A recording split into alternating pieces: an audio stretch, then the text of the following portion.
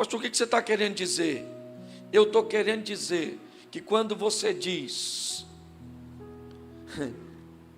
que seu marido é um príncipe, um lorde, uma coisa de outro mundo, e ele não é,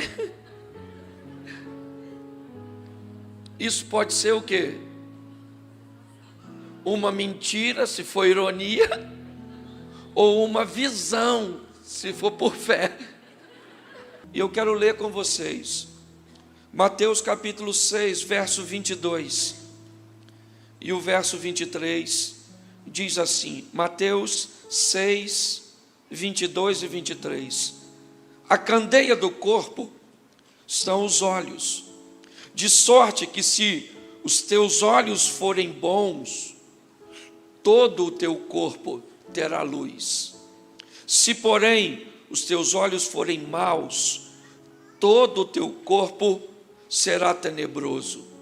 Se, portanto, a luz que há em ti são trevas, quão grandes trevas serão.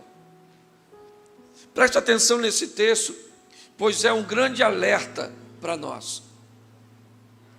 A mensagem que temos é a seguinte: se os teus olhos forem bons, se você não usar óculos, se você tiver uma visão perfeita, não precisar de lente, não tiver um estigmatismo, não tiver nenhum problema de miopia, não tiver problema nenhum na sua vista, sua vida vai ser maravilhosa. É isso que o texto está falando? Não. O texto, apesar de usar a vista, os olhos como exemplo, ele está falando de visão.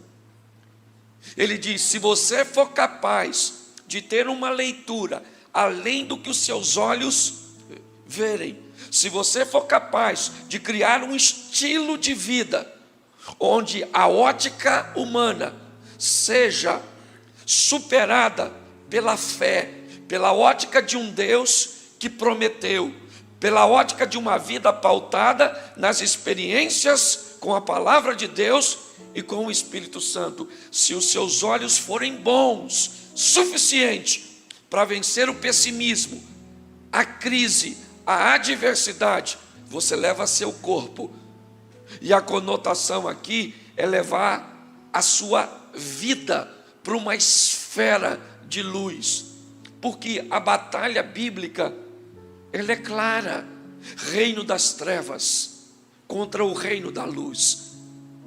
A palavra trevas tem uma conotação muito próxima da palavra ignorância, enquanto a palavra luz tem uma conotação muito próxima da palavra conhecimento. Quando a Bíblia diz que há uma guerra entre o reino das trevas e o reino da luz, ela está querendo simplesmente dizer que há uma batalha entre o reino da ignorância e o reino do conhecimento. Por isso a Bíblia diz que quando a verdade chega, ela traz luz, ela traz conhecimento, e o conhecimento liberta as pessoas da ignorância. O texto continua dizendo, se os seus olhos forem maus, seu corpo será tenebroso, sua vida será tenebrosa, se você não conseguir uma visão e continuar vivendo por vista. Mas ele ainda faz um alerta no final do texto, dizendo, há um perigo muito grande de você achar que está na luz e estar em trevas. Ele disse, se portanto a luz que há em ti são trevas, quão grandes trevas serão. Ele está dizendo, há uma coisa pior do que não estar na luz, é estar em trevas. Mas há uma coisa pior do que estar em trevas, é estar em trevas e não saber que está em trevas. É estar numa vida de ignorância, numa vida tão próxima e perto da fé, numa vida tão próxima e perto de uma fé alheia, onde você é capaz de olhar os milagres dos vizinhos dos parentes, das pessoas que narram na igreja, mas isso é o mais perto que você consegue chegar de um milagre. Ele está sempre perto de você, mas nunca na sua casa, nunca na sua família, nunca nos seus negócios. Quando nós falamos de luz, de ampliar a visão, vamos voltar um pouquinho, né, para os nossos ancestrais. Vamos imaginar o que acontecia com o homem quando o sol se punha, quando as trevas tomavam conta do mundo. Isso acontece hoje do mesmo jeito. É que as companhias elétricas, né, afastaram o problema, mas vamos esquecer esse ambiente moderno e vamos lembrar um pouco. A habilidade de viver nas trevas e de viver à noite pela luz da fogueira era algo extremamente limitado. Talvez 2, 3, 5 metros, dependendo do tamanho da fogueira e da altura das chamas. Mas o próximo passo aconteceu e o homem conseguiu construir uma tocha. A tocha dava a possibilidade a ele de caminhar agora e de ir um pouco mais longe do que a fogueira lhe concedia. E agora, munido de uma tocha, ele poderia se deslocar um pouco mais. Mas ela apagava com facilidade. O tempo passou e o homem descobriu o óleo, o azeite, o combustível. E o combustível agora dá ao homem uma luz, capaz de levá-lo além das limitações da fogueira, além das limitações da tocha. A lâmpada agora, o azeite, lâmpada para os meus pés, é a tua palavra e luz para o meu caminho. A chegada do combustível, a chegada da lâmpada, a chegada do conhecimento, não conhecimento que me mantinha ao redor apenas, limitando, cerceando meus movimentos, não um conhecimento que me levava um pouco mais adiante, mas um conhecimento libertador, que ia me fazer romper as fronteiras, ir além. Essa é a proposta que Deus colocou no meu coração de compartilhar com vocês hoje. É primeiro a maneira que Deus criou o ambiente que nós vivemos. E nós vamos ver que apesar de Deus utilizar a supervisão da vista, o mundo foi criado debaixo de uma visão. Romanos 4,17 diz assim: como está escrito, por pai de muitas nações te constituí, perante aquele no qual creu, a saber, Deus. Primeiro, né, o qual vivifica os mortos. Mas olha o final desse versículo: e chama as coisas que não são, como se elas já fossem. Essa é a base da criação. A criação, ela não é feita por vista, ela é feita por visão. E disse Deus: haja luz. Por quê? Porque a luz não existia. Quando nós olhamos a criação, ela é formatada debaixo de uma visão. É Deus chamando à existência as coisas como se elas já existissem.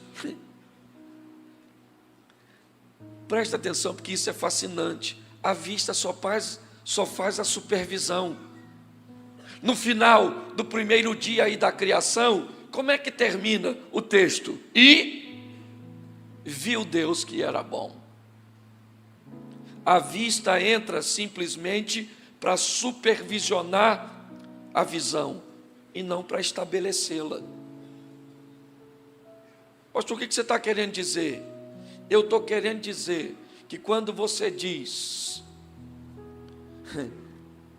que seu marido é um príncipe, um lorde, uma coisa de outro mundo, e ele não é, Isso pode ser o quê? Uma mentira, se for ironia, ou uma visão, se for por fé. Mas quando você diz que aquela praga, cachaceiro, miserável, filho de uma égua, o filho de uma égua casou. Eu não vou xingar a senhora, mas só para a senhora entender. Visão é aquilo que não se vê, é o contato da fé, é aquilo que se espera, mas ainda não está no seu campo visual. Convidar alguém a viver sob visão é algo magnífico, porque não interessa o que está acontecendo ao seu redor, você não é movido por aquilo que está ao seu redor. Não é homem que administra a minha vida, é um Deus todo-poderoso. Então eu não tenho problema, porque é visão e não vista. Está ruim, sério que está ruim? Nossa, está ruim mesmo? O que está ruim? Pastor, a minha vida está ruim. E a sua, pastor? A minha está boa. Também a do Senhor? O Senhor não tem problema. Por quê? A minha mulher é igual a sua. Você acha que ela quer? É porque eu não vou vir falar disso, senão eu vou para o outro lado. Só os seus filhos que tiram nota baixa. Você acha que é só o seu? É só o seu vizinho que taca fogo no lixo quando tu lavou a roupa.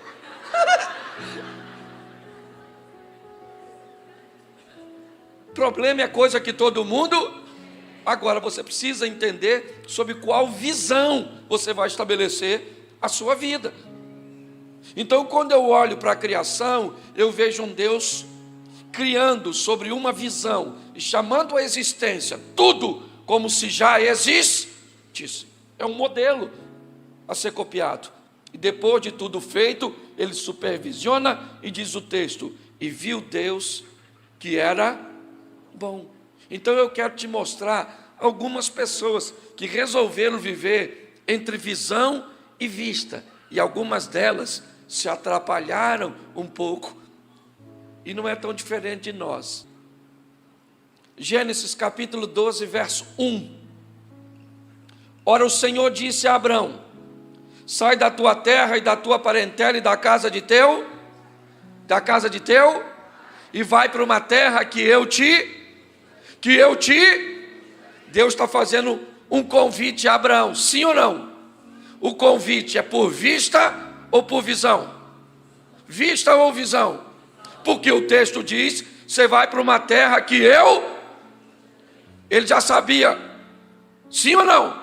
Não, eu te mostrar, isso é uma visão, e é magnífico ver o Abraão saindo da sua terra, da sua parentela, debaixo de uma visão.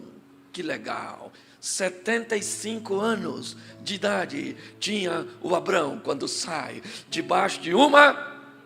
É bonito, é ou não é? 85 anos, 10 anos depois, a vista começa a comprometer a visão. Sara olhou para ela, menopausa tinha passado,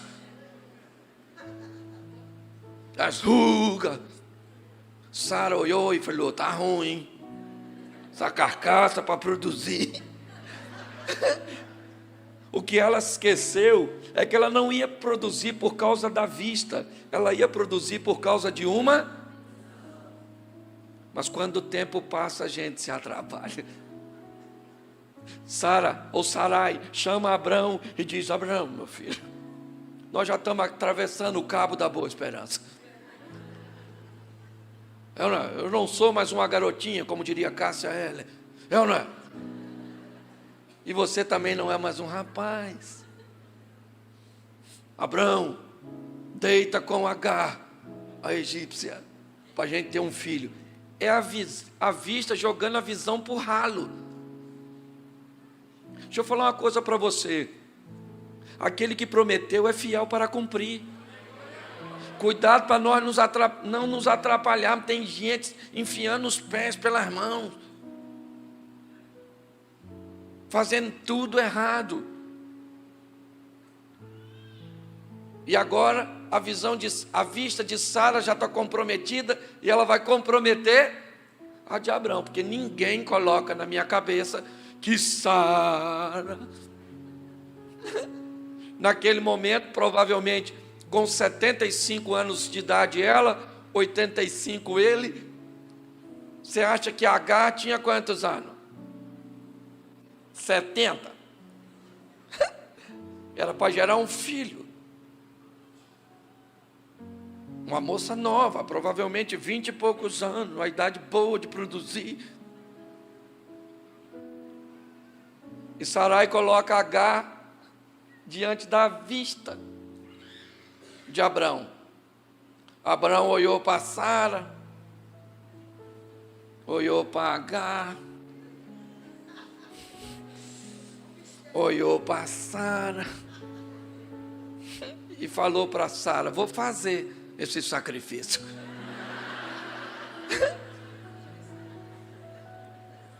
Nós vemos a vista comprometendo a visão.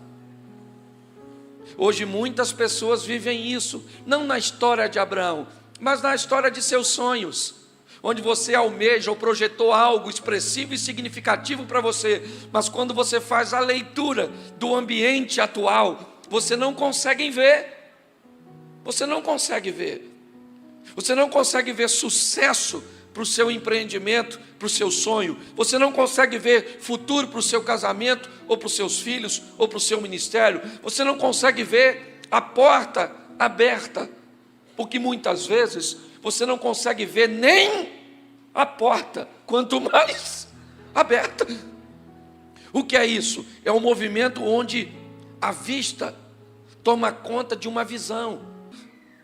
Então, a vista nós estamos perdendo, sim ou não? Mas na visão nós vamos ganhar, sim ou não? Então, a nossa história não é diferente daquilo que está acontecendo aqui. O grande problema é que, se não buscarmos uma proximidade, se não entendermos o fator tempo, se não aguardarmos com paciência, como diz o texto bíblico, eu esperei com paciência no Senhor, e Ele ouviu o meu clamor. Senhor, apressa-te e me socorrer. São textos que falam de tempo.